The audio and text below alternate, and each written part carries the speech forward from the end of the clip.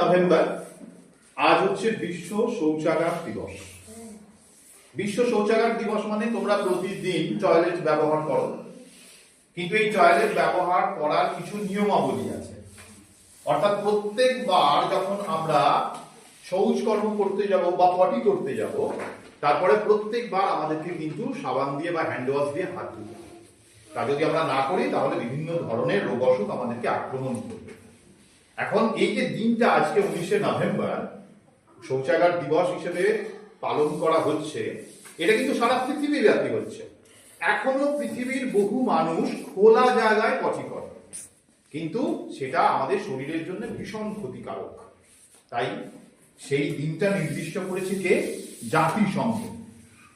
2001 সালে প্রথম শুরু হয়েছিল, তারপর 2013 সালে এসে জাতিসংঘ আজকের এই দিনটিকে বিশ্ব শৌচাগার দিবস হিসেবে পালন করার সিদ্ধান্ত নিয়েছে।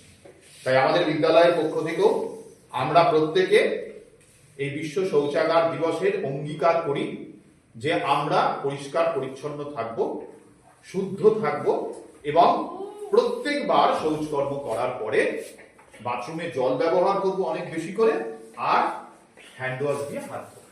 ঠিক আছে? ঠিক আছে। আজকের দিন সম্বন্ধে তোমরা কি বলবে?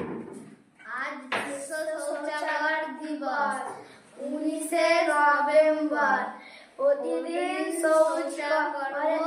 শৌচকর্ম করার পর হাত ধুতে হবে সাবান বা স্যাভলন দিয়ে। বাথরুম পরিষ্কার রাখতে হবে। বাথরুমে বেশি করে জল ঢালতে হবে।